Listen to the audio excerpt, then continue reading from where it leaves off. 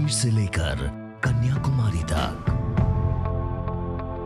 गुजरात से लेकर अरुणाचल तक, सत्ता के गलियारों से खेल के मैदानों तक, नहीं छूटती कोई खबर। सबसे सटीक, सबसे दमदार, सिर्फ प्राइम टीवी पर।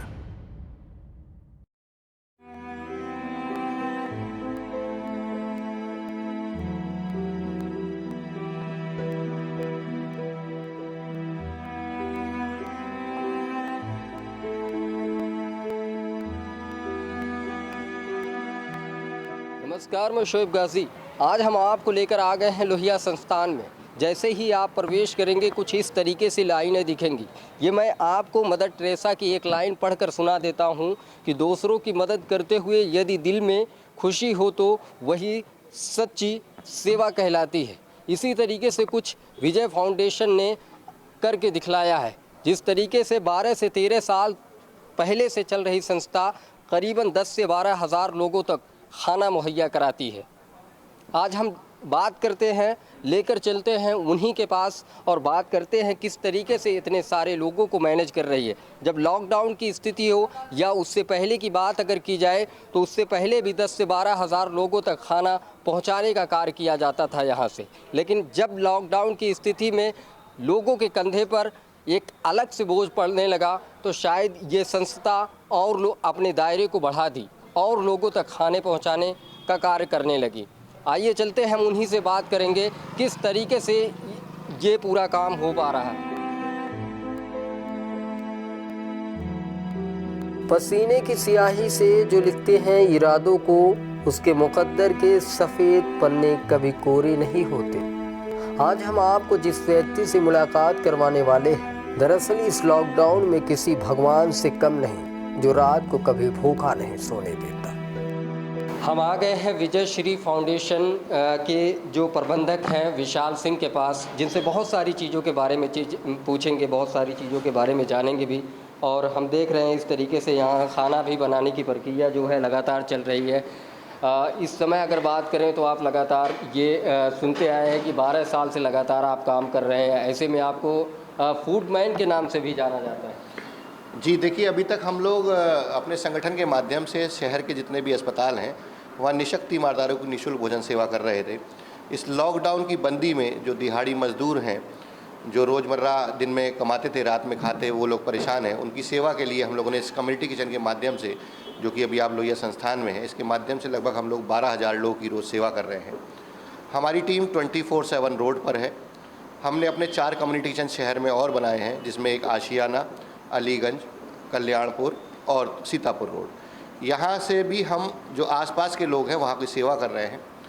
साथ ही में ये जो लोग हैं इनके पास खाने की व्यवस्था तो नहीं है, उनके दूध मुँहे बच्चे भी परेशान हैं, तो उनके लिए हम लोगों ने 100 लीटर दूध, 1000 पैकेट मट्ठे की व्यवस्था की। साथ ही हम लोग कच्चा राशन लेकर भी चल रहे हैं कि जो लोग खुद खाना बना सकते हैं तो उनके लिए कच्चा राशन भी लेके चल रहे हैं।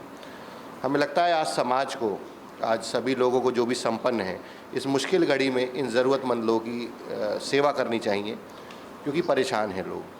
और इस लॉकडाउन की ये कब तक चलेगा इसके बारे में भी कहा नहीं जा सकता। तो हम तो अपने संगठन के माध्यम से आज ये सेवा कर रहे हैं और लगभग प्रतिदिन 12,000 लोगों की सेवा कर रहे हैं। इसकी अगर क्या इसकी शुरुआत यहीं से हुई या मतलब? देखिए, हमने पहले दिन जिस दिन लॉकडाउन हुआ था उस दिन रात से ही हमने ये सेवा शुरू कर दी थी। तो अगर मैं इस बात को कोई अतिशयोक्ति नहीं होगी कि भारत का पहला कम्युनिटी सेंटर जो इस लॉकडाउन में शुरू हुआ वो यहाँ से शुरू हुआ। हम लोगों ने जिस दिन हमारी बात हुई तो उस दिन रात को हम लोगों ने, जिस दिन लॉकडाउन शुरू हुआ था, ये हुआ कि कम्युनिटी किचन बनाया जाए, उस दिन रात में हम लोगों ने यहाँ से लखनऊ में पहली शुरुआत कर दी थी। और हम लोग प्रयास कर रहे हैं कि हमारे पास कॉल आ रही हैं, कहीं से भी नगर निगम से कॉल आ रही है, सोशल मीडिया पे जैसे कि सब लोगों ने मुझे नाम एक फूडमैन दिया हुआ है, तो उससे लोगों की कॉल मेरे पास आती है कि कोई कल्याणपुर में भूखा है, कोई गोमती नगर में भूखा है। तो उस समस्या को देखकर जहाँ तक हम जा सकते हैं तो वहाँ तक हम जाने का प्रयास करते हैं, लोगों की मदद करते हैं। उसके अलावा यदि जो भी हमने 4 सेंटर अपने और बनाए हुए हैं, यदि उसके आसपास कोई जना है तो हम अपनी कॉल को वहाँ डाइवर्ट कर देते हैं और लोगों की मदद करने का पूरा प्रयास कर रहे हैं। अगर बात करें हॉस्पिटल के अलावा भी कहीं पे खाना पहुंचाया जाता है? जी, अभी तो हम लोग हॉस्पिटल के अलावा ही करिए, जो 12,000 पैकेट हैं ये केवल हॉस्पिटल में नहीं जा रहे हैं। ये 12,000 पैकेट तो कहीं भी पूरे शहर के अंदर, जैसा कि मैंने आपको बताया, तो पूरे शहर में ये 12,000 पैकेट बढ़ रहे हैं, जिसमें 3,000 पैकेट पर डे पुलिस विभाग के पास भी जाते हैं।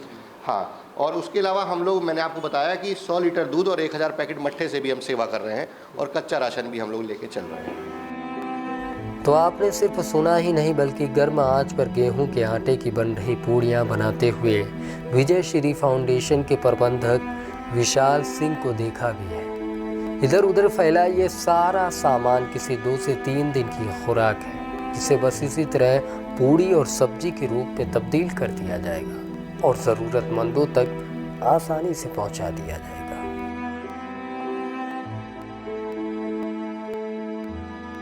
सबसे यहाँ की ख़ास बात यह है कि जिस तरीके से स्पेस बनाने की बार बार बात कही जा रही है कि लोग जो है कम से कम 1 मीटर का डिस्टेंस बना के रखे, ताकि किसी भी संक्रमित कोरोना जो है एक दूसरे से ये वायरस ना फैल सके।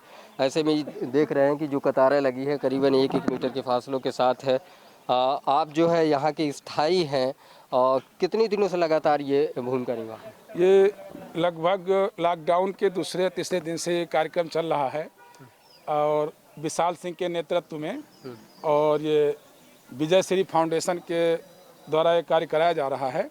और ये बहुत ही अच्छा है, बच्चों को दूध पिलाना, छोटे छोटे, और तहड़ी और मट्ठा और भी तमाम जो इनका रहता है वो सब व्यवस्था करते हैं। दूध के साथ मट्ठा भी देते हैं, वेरी गुड, ताकि छोटे बच्चों को और किसी को दिक्कत ना हो।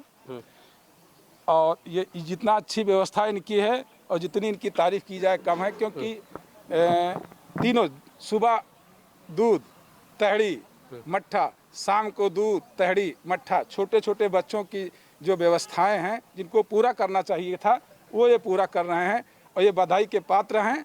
और जितनी इनकी सराहना की जाए उतनी कम है। एक जगह की मैं बात कर रहा हूँ, ये विभूतिखंड क्षेत्र है, और जहाँ पे हज़ारों की तादाद में लोग इकट्ठा होते, हालांकि आज इतनी तादाद नहीं थी, लेकिन शाम को हो सकता है जो है हज़ारों की तादाद इकट्ठा होती हो। अभी भी जो है कतारें लगी हुई है। ऐसे में सर मैं संघर्ष आपका जानना चाहता हूँ। आँखों में ये तस्वीरें वाकई में नम कर देती है। किस तरीके से खुशी भी है कि जब लॉकडाउन की स्थिति हो, लोग भूखे हों, ऐसे में इतना बड़ा मददगार साबित होना, क्या संघर्ष है इसके पीछे? देखिए, संघर्ष तो ये वाकई में संघर्ष है, क्योंकि इस सेवा को करने के लिए सुबह 4 बजे से लगना पड़ता है। 12,000 लोगों का भोजन, ये अपने आप में एक बहुत बड़ी, क्योंकि मैन पावर की ज़रूरत है, इंफ्रास्ट्रक्चर की ज़रूरत है। सुबह 4 बजे से करीब लगा जाता है और रात के करीब 12:30 तक बज जाते हैं, क्योंकि मैं जैसा कि अभी हम लोगों ने पहले आपको बताया था कि 24/7 टीम रोड पर है। और उसके अलावा लेकिन हम लोग को मनोबल बढ़ता है जब हम इन लोगों को खाते हुए देखते हैं। जब जो छोटे बच्चे हैं उनको दूध पीते हुए देखते हैं तो मनोबल बढ़ता है, और उसके कारण सेवा करने का एक जज्बा आता है, जिसके कारण हम लोग ये कर पा रहे हैं। क्योंकि लगातार वही चीज़, सुबह से उठना, रात में हमारी टीम सो भी नहीं पाती है। यदि कुछ दृश्य मैं आपको अपनी टीम के कभी दोपहर में आए दिखाएं तो कोई कहीं लेटा हुआ है, कोई कहीं लेटा हुआ है, तो परेशानी है, लेकिन अच्छा लगता है कि कम से कम कुछ सार्थक हम लोग कर पा रहे हैं। ऐसे में अगर बात करें तो सर परिवार का कितना आप ध्यान दे पाते होंगे? काफ़ी समय आपका यहाँ पे देखिए, सही बताऊं तो मेरा घर जाना ही नहीं हो पाता है, क्योंकि पूरी रात हो जाती है, और हम अभी इस घड़ी में घर भी नहीं जाना चाहते हैं, क्योंकि हम लोग भी रोड पर हैं। और ठीक है, फ़ोन पे बात हो जाती है, परिवार है, छोटा बच्चा भी है, थोड़ा व्याकुल है, लेकिन ठीक है, हम जितना कर पा रहे हैं हम करने का प्रयास कर रहे हैं। परिवार को बस फ़ोन पे बात कर लेते हैं और तसल्ली जाती है। और थोड़ा सा इस बार में थोड़ा सा दिल को भी कटु कर लेता हूँ कि अगर चलिए 2 लोगों को मैं नाराज़ करके अगर हज़ारों लोगों को सुख दे पा रहा हूँ तो ठीक है, ये कर लिया जाए। तो ये ज़मीनी हकीकत से असली जो है फाइटर्स हैं, जिनको हमने सुना और देखा भी, जिस तरीके से तादाद देखी खाने की, जो हम जब पहली बार यहाँ से गुज़र रहे थे तो शायद एक एक करके तादाद जिस तरीके से गाड़ी को देखकर करीब आती है, ऐसा लगता है कि लोग वाकई में जो है भूखे हैं और खाने की तलाश में जो है ये लोग आ रहे हैं। अलग अलग अगर बात करें, रोडों पर पुलिस, डॉक्टर्स, नर्सेस, उसके बाद जो है ऐसी संस्थाएं लगातार मेहनत कर रही हैं ताकि कोई भूखा ना सोए। ज़रूरत की भूख जब पेट में शोर मचाती है, दिल की ख्वाहिशें कुछ चुपचाप सी पड़ जाती हैं। लॉकडाउन के 1 महीने से ज़्यादा हो गए, कामकाज बंद है। ऐसे में रोजी रोटी को लेकर लोगों को ये चिंता सताने लगी है। किसी तरह एक टाइम का खाना खा पा रहे हैं। कुछ ऐसे भी लोग हैं जो सिर्फ दिन रात सोकर समय गुजारने पर मजबूर हैं।